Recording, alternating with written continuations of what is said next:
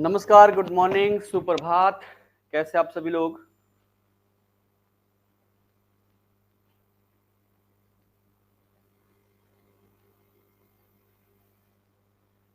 जल्दी से सभी लोग उपस्थित हो जाएं, जल्दी से।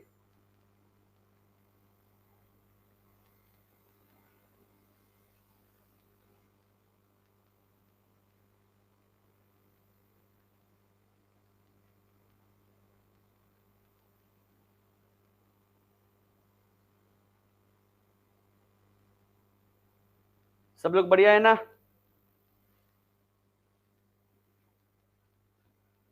Good morning, good morning.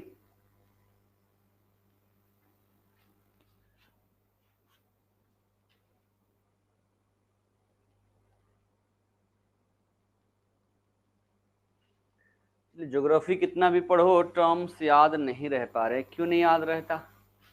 याद करना पड़ेगा ना। और मैं बार बार बोलता हूँ कि एक बार पढ़ लें और एक बार में याद हो जाए, ऐसा कोई स्वामी विवेकानंद अभी है नहीं धरती पर। हमें ज्यादा से ज्यादा रिकॉल करना पड़ जाता है, तब तब जाके टर्म्स याद होते हैं। ठीक है ना? कहानी तो एक बार में याद हो ही जाता है, बस टर्म्स जो है उसको बार बार रिकॉल करना पड़ जाता है, तब जाके हमारा होता है। ठीक है, सभी को गुड मॉर्निंग। सब लोग तैयार हैं? तो आज वीकली करंट अफेयर हम करने वाले हैं, ठीक है ना?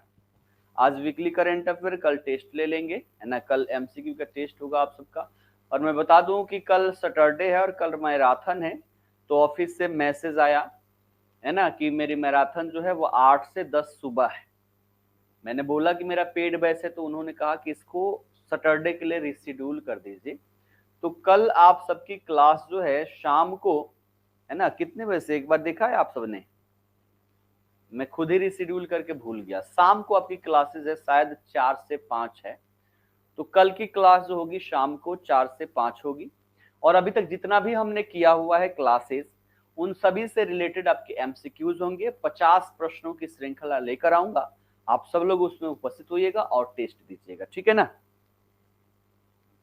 क्लियर? सब लोग तैयार हैं? प्रारंभ करें। चलिए, तो ये एमसीक्यू बेस्ड है और यूट्यूब पर आप में से कोई था अभी सुबह 7 बजे तुरंत यही करवाया हूं, वही चीजें यहां भी रिकॉल करवा रहा हूं, क्योंकि वीकली करंट अफेयर है और वीकली की बात कर लें तो हम यहाँ पर वही चीजें करेंगे जो वहां हम किए हुए थे, ठीक है? तो अगर कोई यूट्यूब पर आओ, उसका दोबारा, है ना, दोबारा आपका रिविजन हो जाएगा। और नहीं तो जो पहली बार है उनको तो फिर मजा ही आ जाएगा, ठीक है? तो ये वीकली सेशन स्टार्ट करते हैं। पूरे वीक का करंट अफेयर, है ना, यहाँ पर हम देखते हैं। जिसने भी खुद को खर्च किया है, दुनिया ने उसी को गूगल पर सर्च किया है ना? आप लोग एलन मस्क को सर्च करते हैं, एलन मस्क के द्वारा बड़े स्तर पर कार्य किए गए। मोदी जी को सर्च करते हैं, मोदी जी ने ऐसा कार्य किया हुआ है, तो हम भी क्यों ना वैसा कार्य करें। हम अपने आप को इतना उसमें लगा दें अपने लक्ष्य की प्राप्ति में कि दुनिया मजबूर हो जाए हमें गूगल पर सर्च करने के लिए, ठीक है? तो अगर अपने आप को खर्च करोगे तो दुनिया आपको सर्च करेगी ही करेगी, ठीक है? चलिए, तो सेशन की शुरुआत करते हैं, है ना? चलिए, पहला आज का पहला प्रश्न आप सभी के समक्ष लेकर आता हूं कि who has been appointed as the special director of CBI recently. और ऑप्शन है आपका प्रवीण सूद, अजय भटनागर, मनोज शशिधर या फिर शरद अग्रवाल। चलिए बताइएगा, हाल ही में सीबीआई के विशेष निदेशक के रूप में किसे नियुक्त किया गया है? प्रवीण सूद, अजय भटनागर, मनोज शशिधर या फिर शरद अग्रवाल। तेजी से सभी लोग उत्तर देंगे, जितने लोग हैं सभी लोग तेजी से उत्तर देंगे। चलिए, यहाँ पर मैक्सिमम उत्तर जो है ना, ए आ रहा है, कुछ लोग बी वाले भी है। ये देखते हैं इसका सही उत्तर क्या हो जाएगा। बात हो रही है किस चीज की? तो सीबीआई के विशेष निदेशक। निदेशक तो आपके कौन है? प्रवीण सूद है, नए नए यहाँ पर बने हुए हैं। लेकिन विशेष निदेशक की बात करें तो हाल ही में झारखंड काडर के 1989 बैच के अजय भटनागर जो हैं, इनको विशेष निदेशक के रूप में नियुक्त किया गया। अब देखिएगा, एक ही व्यक्ति सारा काम नहीं कर सकता है, कुछ विशेष कार्य होते हैं, उसके लिए विशेष हो गए। अतिरिक्त निदेशक भी यहाँ पर होते हैं, है ना? तो अतिरिक्त निदेशक के रूप में भी कई सारे लोगों को यहाँ पर, जैसे कि यहाँ पर अनुराग हैं, साथ ही साथ बात कर ले तो मनोज शशिधर हैं, ये सभी के सभी अतिरिक्त निदेशक के रूप में थे और इनका भी, है ना, पदोन्नत यहाँ पर किया गया है। तो याद रखिएगा, अजय भटनागर सीबीआई के विशेष निदेशक, और निदेशक पूछ दे तो वो आपके प्रवीण सुध हो जाएंगे। इतनी बातें सब लोग ध्यान रखिएगा, ठीक है। चलिए, अच्छा, कल बिहार वाला ज्योग्राफी ऑफ बिहार मजा आया था या मजा नहीं आया था अविनाश जी, एक बार बताइएगा। मजा आया था ना?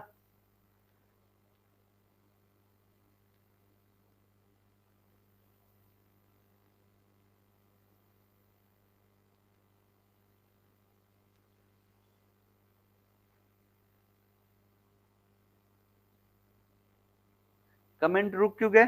आप लोग कमेंट कर ही नहीं रहे क्या, या फिर मुझे कमेंट नहीं दिख रहा? चलिए बढ़ते हैं अगले प्रश्न की ओर।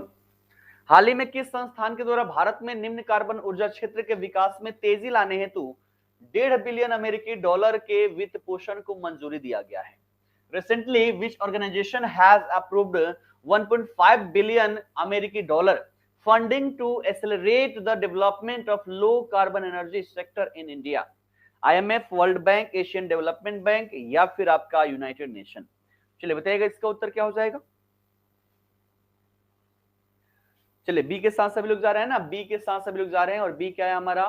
तो बी है हमारा वर्ल्ड बैंक, विश्व बैंक, जो कि बिल्कुल सही उत्तर हो जाता है। देखिएगा यहाँ पर बात हो रही है किस चीज की? तो निम्न कार्बन ऊर्जा क्षेत्र के विकास के लिए, यानी कि ऐसा क्षेत्र विकसित किया जा रहा है जिसमें कार्बन का उत्सर्जन ना के बराबर हो। जैसे कि हमारा क्या हो गया? नवीकरणीय ऊर्जा हो गया, रिन्यूएबल एनर्जी हो गई। दूसरा, हम ग्रीन हाइड्रोजन की जो बात कर रहे हैं, तो इन सभी क्षेत्रों में निवेश करने के लिए ये यहाँ पर फंडिंग किया जा रहा है। और इसके माध्यम से क्या होगा? तो भारत का जो जीरो कार्बन एमिशन का टारगेट रखा गया है, क्या रखा गया है? तो ये रखा गया है 2070। इसको पूरा करने में ये महत्वपूर्ण यहाँ पर योगदान करने वाला है। तो याद रखिएगा, विश्व बैंक के द्वारा ये फंडिंग किया जा रहा है ताकि जो निम्न कार्बन ऊर्जा क्षेत्र है उसको विकसित किया जा सके, अर्थात नवीकरणीय ऊर्जा को यहाँ पर बढ़ाया जा सके, हरित हाइड्रोजन पर बेहतर तरीके से कार्य करके उसको विकास किया जा सके। इन सब के लिए ये यहाँ पर फंडिंग किया गया है, और करने वाला कौन है? हमारा विश्व बैंक है, ध्यान रखिएगा, ठीक। आइए बढ़ते हैं आगे। ये याद रखिएगा 2070 ये किसका है? तो ये इंडिया का है। बात कर ले अपने बिहार की, तो अपना बिहार सरकार जो है इसको 2040 रखा हुआ है ना, कि 2040 तक हम कार्बन न्यूट्रल हो जाएंगे। रेलवे जो है, रेलवे ने 2030 रखा हुआ, ये भी डेटा याद रखिएगा कि 2030 तक हम कार्बन न्यूट्रल हो जाएंगे। तो प्रश्न आपके कहीं से भी पूछे जा सकते हैं। अगला प्रश्न है कि हाल ही में निम्न में से किस व्यक्ति को पॉइंट ऑफ लाइट अवार्ड से सम्मानित किया गया है? Who among the following was recently awarded the point of light award? और ऑप्शन है आपके यहाँ पर राजेंद्र सिंह भट्ट, कपिल देव प्रसाद, MM किरावनी या फिर सुभद्रा देवी। चलिए बताइएगा इसका उत्तर क्या हो जाएगा। क्वेश्चन लगभग 35 के आसपास है, पूरे वीक में देखा जाए तो 35 के आसपास है, जो हमारे लिए इंपॉर्टेंट है। चलिए, मैक्सिमम जो है ए के साथ जा रहे, कुछ लोग डी वाले, ध्यान रखिएगा। इसका सही उत्तर है ऑप्शन है राजेंद्र सिंह भट्ट। और राजेंद्र सिंह भट्ट की बात कर ले तो अब ब्रिटेन के जो प्रधानमंत्री है, भारतीय मूल के प्रधानमंत्री है ऋषि सुनक, है ना, और इनके द्वारा पॉइंट ऑफ लाइट अवार्ड से राजेंद्र सिंह भट्ट को क्या किया गया है? सम्मानित किया गया है। किस लिए किया गया है? तो जब हमारे देश का विभाजन नहीं हुआ था, अविभाजित भारत था, वहां पर पूर्व सैनिक संघ के, है ना, इनके द्वारा चलाया गया था, और यहीं पर बेहतर जो इनके द्वारा सेवा की गई, सर्विस दिया गया, इसको ध्यान में रखते हुए राजेंद्र सिंह भट्ट को पॉइंट ऑफ लाइट अवार्ड से सम्मानित किया गया है। बात करें ये सम्मान क्यों दिया जाता है, तो ये पॉइंट ऑफ लाइट अवार्ड जो है ये वैसे महत्वपूर्ण लोगों को मान्यता देता है, इसके माध्यम से जिनके द्वारा जो भी सेवा किया गया हो, सर्विस किया गया हो, वो कहीं ना कहीं किसी समुदाय में बदलाव ला रहा हो, इनकी कहानियां जो हैं ये दूसरों को प्रोत्साहित कर रहा हो वैसे कार्य करने के लिए, और ऐसे कार्य जिनके द्वारा किया जाता है उनको पॉइंट ऑफ लाइट अवार्ड से सम्मानित किया जाता है। और इस वर्ष के लिए राजेंद्र सिंह को यहाँ पर पॉइंट ऑफ लाइट अवार्ड से सम्मानित किया गया है, ठीक है। आइए बढ़ते हैं आगे। अगला प्रश्न कि हाल ही में निम्न में से किसके द्वारा भारत के लिए महत्वपूर्ण खनिजों पर भारत की पहली रिपोर्ट का अनावरण किया गया? India's first report on minerals important to India was unveiled by which of the following recently? और ऑप्शन है आपका किरण रिजिजू, ज्योतिरादित्य सिंधिया, अर्जुन राम मेघवाल या फिर प्रहलाद जोशी। चलिए बताइएगा इसका उत्तर क्या हो जाएगा। चलिए, सभी डी के साथ जा रहे हैं ना, सभी लोग डी के साथ जा रहे हैं। डी कौन है भैया? प्रहलाद जोशी, बिल्कुल। देखिए, खनिज की बात हो रही है तो हमारे खनन मंत्री कौन है? प्रहलाद जोशी हैं। और इनके द्वारा ही ये रिपोर्ट यहाँ पर प्रस्तुत किया जाएगा। यहाँ पर देखा जाए तो 30 महत्वपूर्ण खनिजों का पहचान इसके माध्यम से किया गया है, जो हमारे रक्षा के क्षेत्र में, कृषि के क्षेत्र में, दूरसंचार के क्षेत्र में और इसके अलावा विभिन्न क्षेत्र जो हैं, इन सभी क्षेत्रों में महत्वपूर्ण योगदान अपनी कर सकती है। साथ ही साथ जो हमारा नेट जीरो है, नेट जीरो का जो हमने टारगेट रख रखा है, यहां तक पहुंचने में भी ये अपना महत्वपूर्ण योगदान दे सकती है ना। विभिन्न खनिज संसाधनों के क्षेत्र में हम आत्मनिर्भर हो सकते हैं, सुरक्षात्मक दृष्टिकोण से हम डेवलप यहाँ पर कर सकते हैं। इन सब के लिए मील का पत्थर होगा और इस उद्देश्य से देखा जाए इस रिपोर्ट को हमारे केंद्रीय खान मंत्री जो है प्रहलाद जोशी, इनके द्वारा इसको प्रस्तुत किया गया है। ठीक है, तो प्रहलाद जोशी हमारा क्या हो जाएगा, सही उत्तर हो जाएगा। Option D is right answer. अगला प्रश्न, where was the 17th Indian cooperative congress organized? हाल ही में 17वीं भारतीय सहकारी कांग्रेस का आयोजन कहां किया गया? मुंबई, नई दिल्ली, पटना या फिर गुवाहाटी? चलिए बताइएगा इसका उत्तर क्या हो जाएगा। सभी को गुड मॉर्निंग, सभी को गुड मॉर्निंग, है ना, समय से उपस्थित होना था। ठीक है, चलिए सभी बी के साथ आ रहे हैं। बी क्या है हमारा, नई दिल्ली। बहुत बढ़िया। नई दिल्ली में कहा, तो नई दिल्ली में प्रगति मैदान में 1 जुलाई को हमारे प्रधानमंत्री मोदी जी के द्वारा इसका उद्घाटन किया गया। अध्यक्षता कौन करेगा? क्योंकि ये सहकारी संघ से संबंधित है ना, ये आपका सम्मेलन था, तो जो हमारे सहकारिता मंत्री हैं, और सहकारिता मंत्री वर्तमान में कौन, एक बार सभी लोग कमेंट करके बताओ। सहकारिता मंत्री जो है, कोऑपरेटिव मिनिस्टर हमारे कौन है ना, वर्तमान में सहकारिता मंत्री, सब कुछ लिखवाया हूं, है ना। सहकारिता मंत्रालय जो है ये किसके अंडर है, एक बार सभी कमेंट करके बताओ भैया। बिल्कुल, है ना, जो हमारे गृह मंत्री हैं अमित शाह, अमित शाह को अतिरिक्त प्रभार यहाँ पर दिया गया है। तो अमित शाह यहाँ पर हमारे सहकारिता मंत्री हैं और इनके द्वारा इसकी अध्यक्षता की गई है, यहाँ पर अध्यक्षता की गई है, ध्यान में रखिएगा। ठीक है, क्लियर, बढ़िया। आगे आइए, अगला प्रश्न, हाल ही में हाउसिंग डेवलपमेंट फाइनेंस कॉर्प का विलय निम्न में से किस बैंक में किया गया? अच्छा, इसका इंग्लिश ट्रांसलेशन नहीं है। ठीक है, चलिए हिंदी में समझिएगा। चलिए बताइएगा इसका उत्तर क्या हो जाएगा, किसके साथ विलय किया गया है? ठीक है, चलिए सभी लोग सी के साथ जा रहे हैं, बहुत बढ़िया। HDFC लिमिटेड का विलय जो है HDFC बैंक में कर दिया गया है। और इस बैंक, है ना, ये विलय, इसकी बात करें प्रभावी कब से है, तो 1 जुलाई से ये प्रभावी हो चुका है। 1 जुलाई को ये मर्जर प्रभावी हो चुका है। अब दोनों एक हो चुके हैं, और दो जब एक हो चुके हैं तो इसके आधार पर जो इनकी पूंजी बनी हुई है, इक्विटी बाजार पूंजी के मामले में ये विश्व का चौथा कंपनी हो चुका है। पहले नंबर पर कौन है? JP Morgan chase and company. ठीक है, दूसरे नंबर पर कौन है? Industrial and commercial bank of China limited. तीसरे नंबर पर है बैंक ऑफ अमेरिका कॉर्प, और चौथे नंबर पर अब HDFC बैंक आ चुका है। इसकी कुल वैल्यूएशन की बात करें तो 172 अरब डॉलर इसकी कुल वैल्यूएशन हो चुकी है, और ग्राहकों की संख्या 120 मिलियन हो चुकी है, जो जर्मनी की जनसंख्या से भी कहीं ज्यादा है। तो अब ध्यान रखिएगा, दुनिया की चौथी बड़ी यहाँ पर ऋणदाता कंपनी यहाँ पर ये बन चुकी है। ठीक है, आइए बढ़ते हैं आगे अगले प्रश्न की ओर। हाल ही में UAE भारत आर्थिक शिखर सम्मेलन का आयोजन कहां किया गया? ऑप्शन आप सभी के समक्ष है, सभी लोग उत्तर दीजिएगा।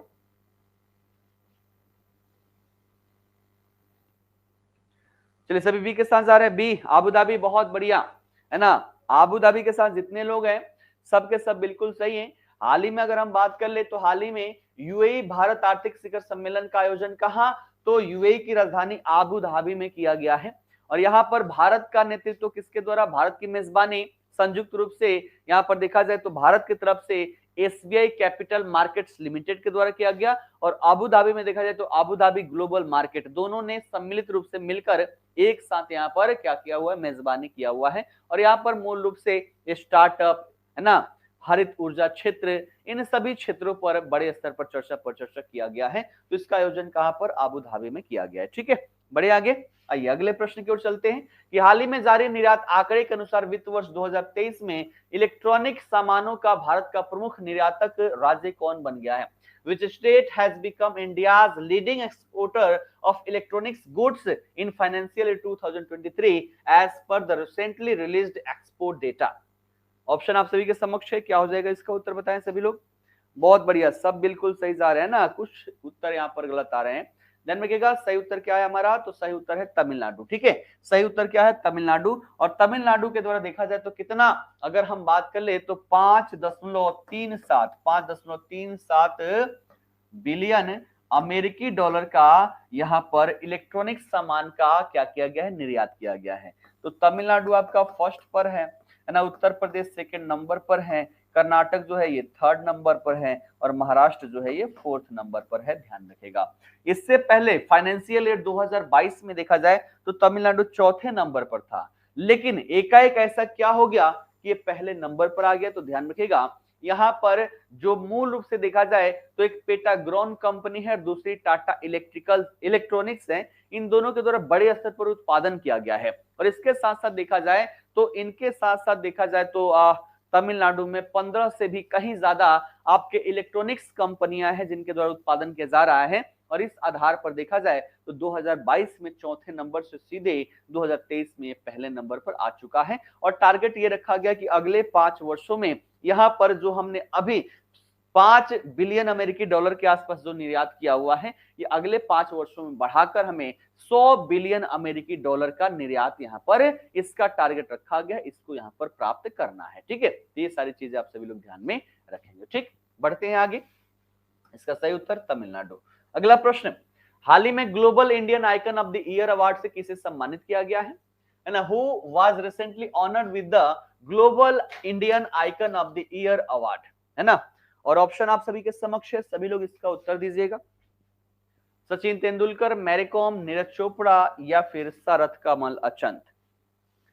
चलिए बहुत बढ़िया, मैरी कॉम जो है, मैरी कॉम ये यहां पर बिल्कुल सही उत्तर हो जाता है। ठीक है, मैरी कॉम जो है ये बिल्कुल सही उत्तर हो जाता है। कहां पर देखिएगा, हाल ही में यूके में हमने 5वां वार्षिक यूके इंडिया अवार्ड 2023 का आयोजन किया गया है। और इसी आयोजन के तहत देखा जाए तो global Indian icon of the year के रूप में मैरी कॉम को यहां पर सम्मानित किया गया है। इनके बारे में आप सबको पता होगा, है ना, कि पहले ये कला के क्षेत्र में राष्ट्रपति के द्वारा इनका नाम जो है राज्यसभा में दिया गया था, तो ये राज्यसभा की सदस्य भी बनी हुई थी। और साथ ही साथ इनके बारे में कौन नहीं जानता, महिला मुक्केबाजी में देखा जाए तो पहला ओलंपिक पदक विजेता अगर कोई रहा है तो मैरी कॉम ही रही हैं। और इनको हाल ही में देखा जाए तो इस अवार्ड से सम्मानित किया गया है। अवार्ड का नाम क्या है, global Indian icon of the year award. ठीक है, चलिए बढ़ते हैं अगले प्रश्न की ओर। अगला प्रश्न कह रहा है कि हाल ही में किस राज्य की पुलिस के एक विभाग द्वारा भारत की पहली पुलिस ड्रोन यूनिट को लॉन्च किया गया है। चलिए इसका उत्तर बस सभी लोग बताएंगे, है ना, इसका उत्तर सभी लोग बताएंगे।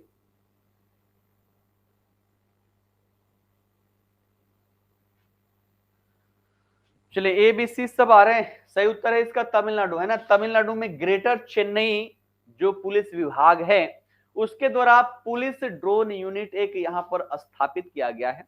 मूल उद्देश्य क्या है, मूल उद्देश्य है कि जो रहायशी इलाके जैसे जंगली इलाके हो गए, है ना, जहां पर जाना खतरे से खाली नहीं है, वैसे क्षेत्रों में इस ड्रोन के माध्यम से क्या कर पाएंगे, तो रिसर्च कर पाएंगे, खोज पाएंगे। और यहां पर देखा जाए तो कुल 9 ड्रोन को पहले यहां पर सम्मिलित किया गया है ना। 3.6 करोड़ रुपए लगे हुए इस यूनिट को स्थापित करने में। और 9 ड्रोन इसमें शामिल हैं जो 3 कैटेगरी में हैं। एक को बोला जा रहा है क्विक रिस्पॉन्स सर्विलांस ड्रोन, है ना, दूसरा है यहाँ पर heavy lift multi rotor drone, और तीसरा है लॉन्ग रेंज सर्वे विंग ड्रोन, है ना। तो यहाँ पर ये 3 प्रकार की कैटेगरी है और इसके तहत देखा जाए कुल 9 ड्रोने हैं। इसमें विशेष बात क्या है, कुछ ड्रोन ऐसी भी हैं जो थर्मल ऑब्जेक्ट इमेजिंग सुविधाओं से लैस है। आर्टिफिशियल इंटेलिजेंस की बात करें, कृत्रिम बुद्धिमत्ता की बात कर लें तो लगभग सारे ही ड्रोन कृत्रिम बुद्धिमत्ता से, है ना, यहाँ पर सुसज्जित है। आर्टिफिशियल इंटेलिजेंस आप सबको पता ही है ना कि ये क्या है, बुद्धिमत्ता है। जैसे मानव खुद से कुछ सोच सकता है, ये ड्रोन भी खुद से सोच के कुछ निर्णय यहाँ पर ले सकती है। अगर उसको लगेगा, जैसे है ना कि एक तो हम रिमोट से उड़ाते हैं, किसी ने गोली मारा ड्रोन को तो हम भगाते हैं, लेकिन इस ड्रोन में आर्टिफिशियल इंटेलिजेंस लगा हुआ है। जब भी लगेगा कि इसको खतरा है वहां पर रुकने से, तो ये ऑटोमेटिक ही वहां से हट जाएगी, है ना। तो ये क्या है, कृत्रिम बुद्धिमत्ता सब इससे लैस है। और साथ ही साथ कुछ में थर्मल ऑब्जेक्ट इमेजिंग सुविधा भी है जिसके माध्यम से रात्रि में भी अच्छे से निगरानी की जा सकेगी। जैसे रात्रि में आपने देखा होगा, रात्रि में, है ना, कुछ, है ना, निगरानी जो किया जाता है वहां पर एक पिक्चर दिखाई दी जाती है, वो क्या है, तो वो हीट के आधार पर वहां ऐसी सेंसर लगाई गई होती है जो हीट को एब्जॉर्ब करता है। और चूंकि बॉडी जो है, बॉडी में अगर हम बात करें, सामने दीवार है, दीवार और बॉडी दोनों की अगर तुलना करें कहां पर हीट ज्यादा होगा, तो हमारे शरीर से ज्यादा हीट छोड़ा जा रहा होगा। तो ज्यादा हीट होगा वहां पर क्या होगा, तेज लाइटिंग आपको दिखाई जाएगी। जहां पर कम हीट होगा वहां पर ना के बराबर दिखाई जाएगी, ये कम दिखाई जाएगी। और इसके आधार पर हम जान पाते हैं कि हाँ वहां पर कोई मूवमेंट हो रहा है, कोई व्यक्ति है या जानवर है। ठीक है, तो ऐसी सुविधाओं से भी लैस है ये ड्रोन, और इसके माध्यम से बेहतर तरीके से रात्रि में भी हम सटीकता के साथ निगरानी यहाँ पर कर पाएंगे। तो ऐसा तमिलनाडु के ग्रेटर चेन्नई पुलिस के द्वारा एक विभाग का गठन किया गया, जिसे पुलिस ड्रोन यूनिट कहा जा रहा है, और यह भारत की पहली पुलिस ड्रोन यूनिट है। ठीक है, क्लियर। आइए बढ़ते हैं आगे। अगला प्रश्न, हाल ही में भारत के सबसे लंबे समुद्री पुल मुंबई ट्रांस हार्बर लिंक का नाम बदलकर किसके नाम पर कर दिया गया है? India's longest sea bridge Mumbai trans harbour link has been renamed after whom recently? और ऑप्शन है आपका नरेंद्र मोदी, अटल बिहारी वाजपेयी, वीर सावरकर या फिर महात्मा गांधी। इसका क्या उत्तर हो जाएगा? चलिए सभी तड़तड़ा के ऑप्शन बी के साथ जा रहे हैं ना, बहुत बढ़िया। जितने बी वाले हैं सब बिल्कुल सही है ना। पूरा लिस्टिंग मैंने करवाया ना, अटल जी के नाम पर कितना नाम चेंज करवाया गया, और वहीं पर ये भी अपडेटेड मैंने करवाया था। तो इसको शॉर्ट में क्या कहा जाता है? MTHL है ना, MTHL इसको शॉर्ट में कहा जाता है, मुंबई ट्रांस हार्बर लिंक। और इसका नाम बदलकर क्या कर दिया गया है? तो अब तो याद हो गया होगा नाम बड़ा सा, है ना। क्या नाम है? अटल बिहारी वाजपेयी स्मृति सेवरी नवा शेवा अटल सेतु। तो ये किसके नाम पर रखा गया है? अटल बिहारी वाजपेयी के नाम पर रखा गया है। और एक और पुलिया है वर्सोवा बांद्रा सी लिंक, जो अंधेरी को बांद्रा वर्ली से जोड़ती है, उसका नाम वीर सावरकर के नाम पर कर दिया गया है। ठीक है, ये दोनों चीजें मैंने आप सभी को ऐड करवा दिया है, याद रखेगा। ठीक है, दोनों के दोनों कहा? महाराष्ट्र में है, आप सभी लोग याद रखेंगे। ठीक, क्लियर। तो अटल बिहारी वाजपेयी के नाम पर इसका नामकरण किया गया है। अगला प्रश्न, हाल ही में एससीओ शिखर सम्मेलन के 23वें संस्करण की मेजबानी किसके द्वारा की गई? भारत, चीन, पाकिस्तान या फिर रूस? चलिए बताइएगा इसका उत्तर क्या होगा, है ना। मैंने आप सभी को बताया है कि एक तो क्या चीज है ना, एक हम बात कर लें क्या, तो G20 इसकी अध्यक्षता भारत कर रहा है, और साथ ही साथ संघाई सहयोग संगठन जो है इसकी भी अध्यक्षता भारत के द्वारा की जा रही है। यहाँ पर अगर अध्यक्षता भारत कर रहा है तो मेजबानी भी कौन करेगा? भारत करेगा ना। इसलिए सही उत्तर क्या है हमारा? भारत है। ठीक है, थीम याद रखेगा, इसका थीम क्या है, क्योंकि यहां से प्रश्न पूछेंगे। तो इसका थीम रखा गया है टुवार्ड्स अ सिक्योर एससीओ। ठीक है, टुवार्ड्स अ सिक्योर एससीओ इसका थीम रखा गया, याद रखेगा, छाप लीजिएगा, क्योंकि क्वेश्चन आपके यहां से बनेंगे। बात कर ले G20 की, तो वहां की थीम क्या है आप सबको मैंने करवा रखा है। क्या है थीम वहां का? एक बार सभी लोग बताएंगे G20 का थीम क्या है। ठीक, इसका मतलब हो गया सिक्योर, ये क्या है? शॉर्ट फॉर्म है। एस का मतलब हो जाता है सिक्योरिटी, है ना। ई का मतलब हो जाएगा इकोनॉमिक डेवलपमेंट, है ना। फिर यहां पर बात करें सी हो जाएगा, सी से कनेक्टिविटी, यू से यूनिटी, आर से रिस्पेक्ट फॉर सॉवरेनिटी एंड यहां पर टेरिटोरियल इंटेग्रिटी, और फिर हमारा बच जाता है ई फॉर क्या हो जाएगा हमारा? Environmental protection. तो इसको शॉर्ट में क्या कर दिया गया है? सिक्योर कर दिया गया है। तो ये याद रखिएगा। हाँ, one earth, one family, one future, future भी तो है, तो वो भी आप सभी लोग याद रखिएगा। थीम से आपके प्रश्न एक अवश्य ही बनेगा, इतना तो मैं कह के जाऊंगा। ठीक है, तो याद रखिएगा इसकी मेजबानी किसके द्वारा? तो भारत के द्वारा की गई है। और इसमें देखिएगा और एक क्वेश्चन क्या, कि हाल ही में ईरान जो है, ईरान अब यहां पर औपचारिक रूप से इसका 9वां सदस्य बन चुका है ना। 9वां सदस्य कौन बन चुका है? ईरान बन चुका है। तो ध्यान रखिएगा, औपचारिक तौर पर ईरान 9वां सदस्य बन चुका है। पहले ये पर्यवेक्षक राज्य हुआ करता था, जैसे अभी वर्तमान में ईरान, बेलारूस और मंगोलिया जो यहाँ पर पर्यवेक्षक राज्य है। अध्यक्ष के अतिथि के रूप में तुर्कमेनिस्तान यहाँ पर है। और बात करें ये जब 9वां है तो 8 कौन कौन? तो 4 आपके देखा जाए तो इधर एशिया वाले क्षेत्र में, और 4 मध्य एशिया वाले क्षेत्र में आपके देखने को मिलेंगे, जैसे कि चीन, रूस, भारत, पाकिस्तान, ये हो गए। और मध्य एशिया में देखा जाए तो कजाकिस्तान, है ना, किर्गिस्तान, ताजिकिस्तान और फिर उज्बेकिस्तान, ये 8 देश इसके सदस्य थे। अब 9वां सदस्य देश कौन हो चुका है? ये भी मध्य एशिया का ही है, और ये है आपका ईरान। तो ये बातें आप सभी लोग यहाँ पर ध्यान में रखेंगे। क्लियर है ना? One earth, one family, one future, हाँ ये पूरा यहाँ पर थीम है किसका? तो वो हमारा जो G20 की अध्यक्षता हम कर रहे हैं।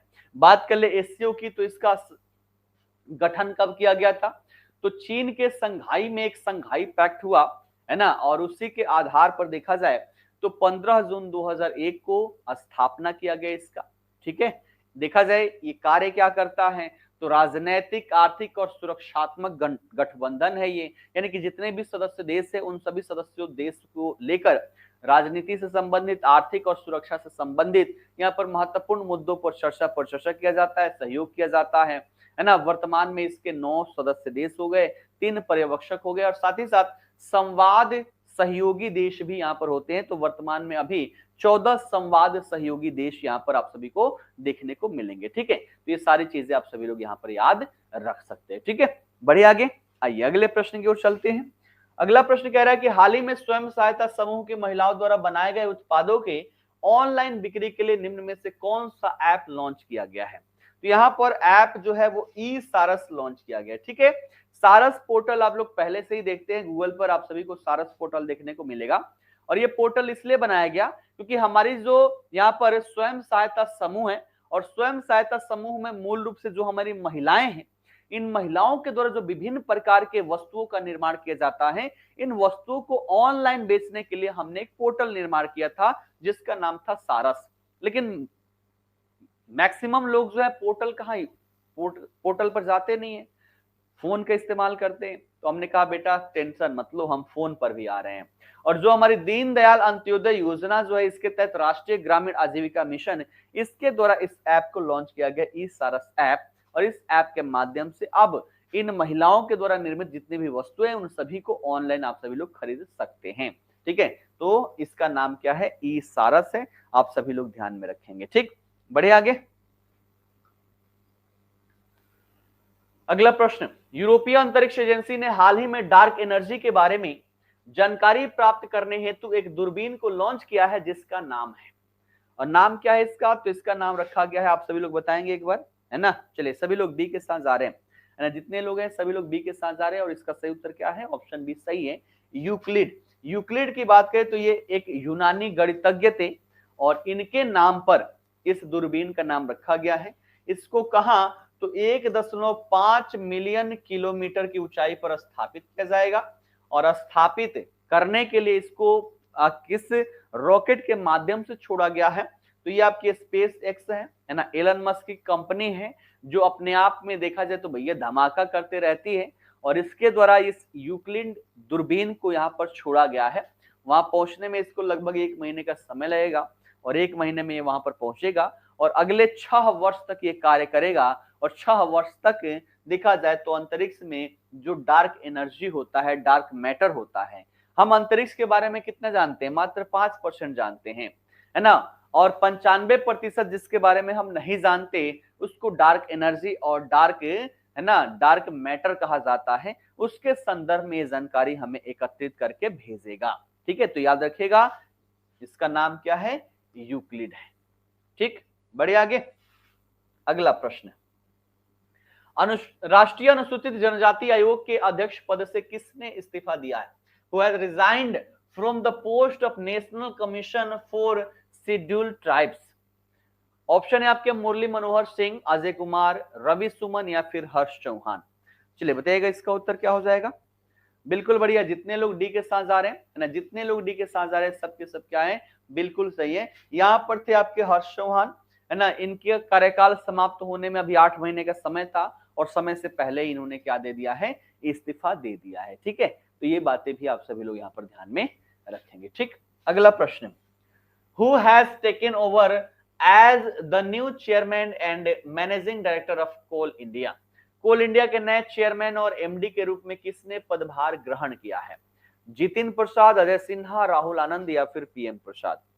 बहुत बढ़िया, है ना, जितने लोग डी के साथ है, पीएम प्रसाद, पोला वरापू एम प्रसाद इनका पूरा नाम है।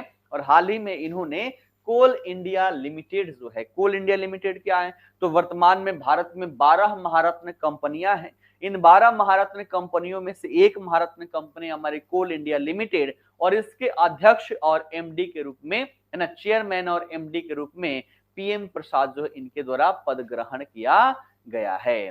ठीक है, तो पीएम प्रसाद कहा, कोल इंडिया, आप सभी लोग यहाँ पर याद रखेंगे। ठीक, आइए बढ़ते हैं अगले प्रश्न की ओर। अगला प्रश्न कह रहा है कि भारत के सॉलिसिटर जनरल के रूप में फिर से किसे नियुक्त किया गया, यानी कि पहले यही थे और फिर से 3 साल के लिए इनका कार्यकाल और बढ़ा दिया गया है। बताइएगा ऑप्शन आप सभी के समक्ष क्या हो जाएगा। अच्छा, इसका भी डी, इसका भी डी, है ना, बिल्कुल बढ़िया, तुषार मेहता। ये भारत के क्या है, तो वर्तमान में सॉलिसिटर जनरल ऑफ इंडिया है। 2018 में इस पद पर अक्टूबर के महीने में इनको नियुक्त किया गया था और तब से इनका पीछे भी कार्यकाल बढ़ाया जा चुका है और पुनः इनका 3 साल के लिए और कार्यकाल यहाँ पर बढ़ाया गया है। तो याद रखिएगा, तुषार मेहता जो है सॉलिसिटर जनरल ऑफ इंडिया के रूप में कार्यरत हैं और अगले 3 वर्ष के लिए फिर से इनका कार्यकाल यहाँ पर बढ़ा दिया गया है। ठीक है ना, बड़े आगे, मजा आ रहा है ना, एक बार सभी लोग बताएं, एक बार सभी लोग बताएं, मजा आ रहा है ना, एक बार सभी, एक बार सभी बताएं, मजा आ रहा है ना। मैं बता दूं, मुझे भूख बड़ी तेज लगी हुई है। रात में चूंकि हरासमेंट इतनी हो जा रही है, क्लासेस इतना सारा, है ना, क्लासेस इतना सारा लिया जा रहा है कि टाइम नहीं मिल पा रहा और बॉडी थक जा रही है। अपना भी पढ़ना होता है, अपना पढ़ाई छोड़ नहीं सकते, है ना, अपना पढ़ाई छोड़ नहीं सकते। भले ही लगभग 3-4 वर्षों से यूपीएससी बीपीएससी का एग्जाम नहीं दिया है, लेकिन प्राइवेट जॉब से थोड़ा सा मैं तंग आ चुका हूँ, इसलिए अब सोच रहा हूँ एग्जाम देके कहीं ना कहीं सेटल हो जाऊं। इसके लिए अपनी पढ़ाई भी करनी है, तो अपना भी पढ़ो, है ना, 6 से 8 घंटे अपना पढ़ो। नोट सारे मेरे पास बने हुए हैं, बस उसको रिकॉल करने हैं और कुछ भी नहीं करने हैं, वो करो। ऊपर से इधर 6 घंटे 7 घंटे क्लासेस ली जा रही हैं और आप सबको पता है चूंकि करंट अफेयर पढ़ाना है तो करंट अफेयर में बिना पढ़े हम पढ़ा नहीं सकते, हर दिन का अपडेटेशन चाहिए। तो 6 घंटे इधर काम करो और उसके बाद से इसके लिए प्रिपरेशन जो करो उसमें भी 5-6 घंटे लग रहे हैं। तो 18 घंटे 20 घंटे में बिजी रह रहा हूँ, रात में सोने का समय नहीं मिल पा रहा और इस कारण से देखा जाए तो मैं वीक में 1-2 बार बीमार हो रहा हूँ। रात में भी देखा जाए तो फीवर से पूरा तप रहा था बॉडी में, सोया नहीं हूँ रात भर और फिर सुबह उठ के फिर क्लासेस लेना। एक छुट्टी अगर लगा देते तो उधर से मैसेज आता है, सर जी ऐसे कैसे काम चलेगा, यही समय काल है हमें काम करने का, इस समय काल पे छुट्टियां चाहिए। भैया संडे छुट्टी नहीं दे रहे हो, सैटरडे छुट्टी नहीं दे रहे हो, बाकी वीकडे पर काम हो ही रहा है, तो हम रेस्ट कब करें। मानव शरीर है, जापान में पता है आप सभी को, जापान में 6 घंटे से ज्यादा कोई काम नहीं करता। अगर 6 घंटे से ज्यादा काम करेंगे तो आपके ऊपर जुर्माना लग जाता है ना। ड्राइवर भी है वहां पर तो 6 घंटे ही गाड़ी चलाता है, 6 घंटे से ज्यादा नहीं चला सकता। कोई भी व्यक्ति एक्स्ट्रा काम वहां पर नहीं करता, लिमिट में काम किया जाता है, तभी तो वहां के लोगों का जो जीवन अवधि जो है ना, एवरेज उम्र जो है वो क्या है, ज्यादा है। वहां के लोग ज्यादा वर्षों तक जीते हैं और भारत के लोग भैया लगे रहो लगे रहो लगे रहो, क्या करें। और हमारी भी कंडीशन कुछ ऐसे ही है ना। तो देखिएगा, इस बार मैंने सोचा है कि बीपीएससी दे ही डालता हूं। ठीक, तो जितनी वैकेंसी है, जितनी सीट है, उसमें से एक सीट अपनी मैं मान के चल रहा हूं और, है ना, तो कोशिश हमारी यही है कि हम भी कहीं सरकारी में हो जाएंगे ना, तो अपना तो चैनल है ही, अपने चैनल पे फ्री में पढ़ाएंगे, है ना, अपने चैनल पे फ्री में पढ़ाएंगे, कोई दिक्कत नहीं है, कोई पेमेंट नहीं चाहिए। बस मेरी ईएमआई जाती है महीने की लगभग 50-52 हजार रुपए के आसपास ईएमआई जाती है। यही थोड़ा सा टेंशन है, अगर टेंशन नहीं होता ना, अगर ईएमआई मेरी नहीं जाती तो मैं कब का छोड़कर मैं फ्री में कहीं काम भी नहीं करता और आप सबको पढ़ाता भी। लेकिन क्या करें, है ना, हो जाती है ईएमआई, जब जाने लग जाती है आदमी बंध जाता है कहीं ना कहीं कार्य करने के लिए, और ये एक रीजन है जिस कारण से मैं प्राइवेट सेक्टर में बना हुआ है। अन्यथा की स्थिति में अपना स्टार्ट करता। अपना चैनल इतना जबरदस्त चल रहा है, एक दिन में 5,000-7,000 लोग जो हैं वीडियोस देख रहे हैं। वहां पर 3 वीडियो मैंने ऐसे डाल रखे जो सदाबहार हैं और वो जब से चला है उसका ग्राफ एक बार ऐसे चला और ऐसे नीचे आया ही नहीं, ऊपर जाया जा रहा है जाया जा रहा है। और वो जब तक मिलियन में वीडियो ना पहुंचे व्यूज, तब तक वो रुकने वाला नहीं है, क्योंकि वैसा कोई दे ही नहीं सकता यूट्यूब पर। पेड बैच में कोई वैसा नहीं पढ़ाता जैसा मैंने यूट्यूब में पढ़ा रखा है।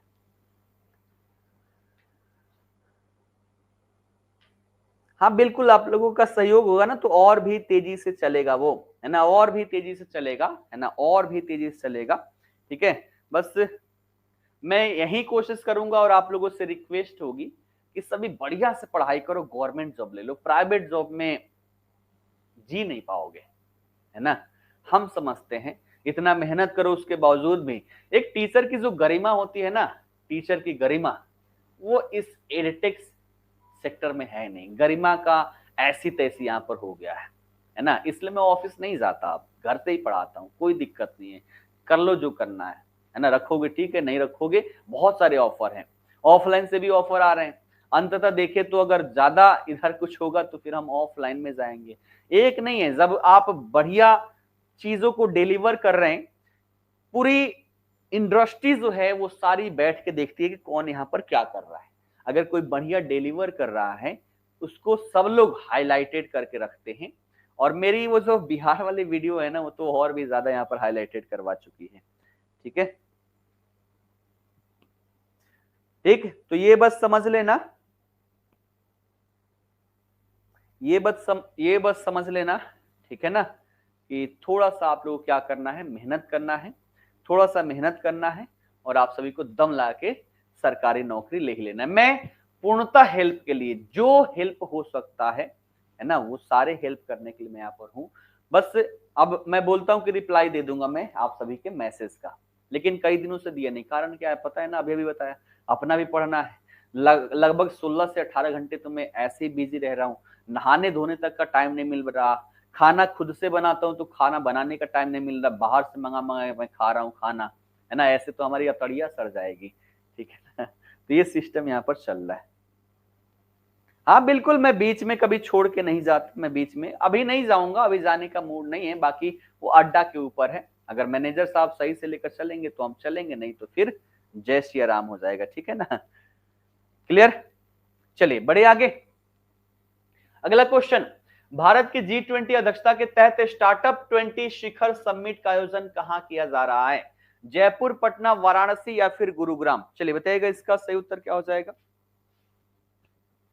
चलिए सभी डी के साथ आ रहे हैं, डी है ना, गुरुग्राम, बहुत बढ़िया, है ना। G20 की अध्यक्षता भारत के द्वारा किया जा रहा है, थीम क्या हो जाएगा, one earth one family one future, ये इस वर्ष का थीम है जिसकी अध्यक्षता भारत के द्वारा किया जा रहा है। अध्यक्ष कौन, तो जो अध्यक्षता कर रहा है उस देश का प्रधान यानी कि प्रधानमंत्री इसके अध्यक्ष है वर्तमान में, और इसके अंतर्गत स्टार्टअप 20 शिखर सम्मेलन का आयोजन गुरुग्राम में किया गया है, ध्यान में आप सभी लोग रखेंगे। और यहाँ पर स्टार्टअप्स को लेकर जितने भी सदस्य देश थे, है ना, उन सबके प्रतिनिधियों को आह्वान दिया गया कि भैया आप आइए हमारे स्टार्टअप क्षेत्र में निवेश कीजिए, क्योंकि निवेश जो पिछले वर्ष रहा है उससे 19 गुना ज्यादा निवेश अब बढ़ चुका है, और बहुत प्रॉफिट का बिजनेस है, आप भी अपने पैसे लगाइए हमारे स्टार्टअप क्षेत्र में और कमाइए, एकदम प्रॉफिट कमाइए। ठीक है, तो ऐसा यहाँ पर बातचीत किया गया है, गुरुग्राम में इसका आयोजन किया गया। ठीक है, आइए बढ़ते हैं अगले प्रश्न की ओर। अगला प्रश्न कि भारत के पहले स्वदेशी रूप से विकसित परमाणु ऊर्जा रिएक्टर का वाणिज्यिक परिचालन कहां शुरू हुआ है? गुजरात, महाराष्ट्र, तमिलनाडु या फिर कर्नाटक? चलिए बताइएगा इसका उत्तर क्या हो जाएगा, सभी लोग बताएं। चलिए सभी ए के साथ जा रहे, ए गुजरात है ना, और गुजरात में कौन सा, तो काकरापार परमाणु ऊर्जा संयंत्र, तो गुजरात में स्थान याद रखेंगे कौन सा, तो काकरापार। ठीक है ना, कौन सा, काकरापार में भारत के द्वारा स्वदेशी तरीके से निर्मित जो हमारी परमाणु ऊर्जा रिएक्टर है इसका परिचालन शुरू हो चुका है। इसकी क्षमता की बात कर ले तो 700 मेगावाट क्षमता की यहाँ पर स्थापित की गई है। ठीक है, तो इसका सही उत्तर था आपका गुजरात। आप लोग कहें तो थोड़ा सा सेशन यहीं पर रहने दे, है ना, यहीं पर छोड़ सकता हूँ, क्योंकि भूख जो है थोड़ा सा तेज लग गई है और हिम्मत नहीं हो रहा कि मैं खड़ा हो पाऊं। रात में फीवर जो था ना, फीवर रहता है तो बॉडी को तोड़ देता है। ठीक है ना, इसका पूरा पीडीएफ मैं आप सभी को उपलब्ध करवा दे रहा हूं, पूरा का पूरा, है ना, पूरा का पूरा पीडीएफ विद डिस्क्रिप्शन आपको, हाँ विद डिस्क्रिप्शन 3 पीडीएफ आप सभी को अपलोड कर रहा हूं, है ना, 3 पीडीएफ यहीं पर तीनों डाउनलोड कर लीजिएगा, यहां पर आपको डिस्क्रिप्शन भी मिल जाएगा। ठीक है ना, तो एक मिनट बस, इस वाले लैपटॉप में डाउनलोड करना पड़ेगा, सारा का सारा टेलीग्राम में रख रखा है मैंने, एक मिनट बस डाउनलोड करके आप सभी को तीनों पीडीएफ उपलब्ध करवा दे रहा हूँ, इन सारे प्रश्नों का उत्तर के साथ साथ पूरा डिस्क्रिप्शन आप सभी को यहाँ पर मिल जाएगा। ठीक है,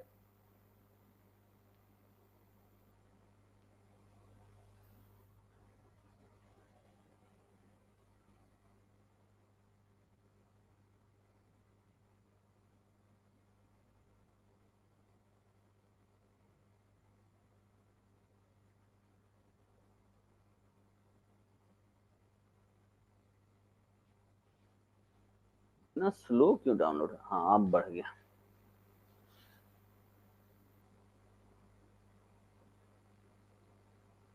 चलिए मैं शेयर कर रहा हूं, है ना। कल का भी पीडीएफ है टेलीग्राम में, आप लोग कैसे भूल जाते, कैसे चेक करते हैं? सारा का सारा मैं साथ ही साथ उपलब्ध करवा देता हूं।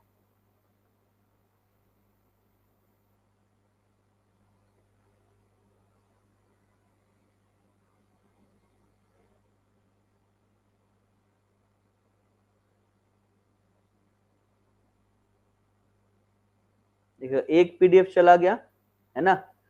दूसरा मैं अपलोड कर रहा हूं, सब, है ना, जितने लोग हैं सब लोग इसको डाउनलोड कर लेंगे। तीनों को मैं यहाँ पर टैग कर दे रहा हूं, पिन कर दे रहा हूं, ताकि आप सभी को मिल सके।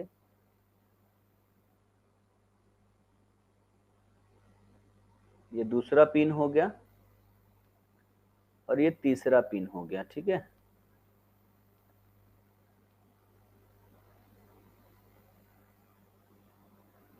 कल शेयर किया था पूनम जी, है ना, कल शेयर किया था, फिर से करना पड़ेगा। ये 3 मैंने यहाँ पर टैग कर दिया है, पिन कर दिया, आप सभी लोग कर लीजिएगा। और टेलीग्राम ग्रुप, है ना, चलिए वो भी मैंने यहाँ पर शेयर कर दिया। जो अभी तक जुड़े नहीं हैं सभी लोग इससे जुड़ जाइएगा, ठीक है ना।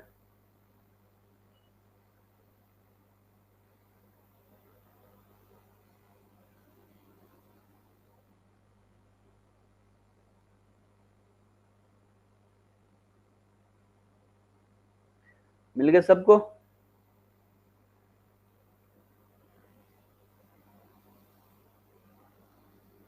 टेलीग्राम आईडी यहाँ पर जुड़ गया, ऊपर पिन में दिख रहा होगा, पिन कर दिया कमेंट बॉक्स में। मिल गया सबको?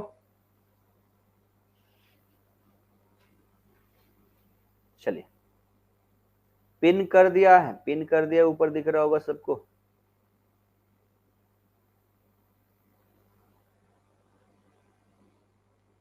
ठीक है, चलिए तो फिर सेशन को यहीं पर समाप्त करते हैं। और फिर 11 बजे है सेशन, आप लोग उस समय हो तो उपस्थित होइएगा, है ना। फिलहाल के लिए सेशन को यहीं पर समाप्त करते हैं और फिर मिलेंगे, है ना। फिलहाल के लिए आप सभी का बहुत बहुत धन्यवाद।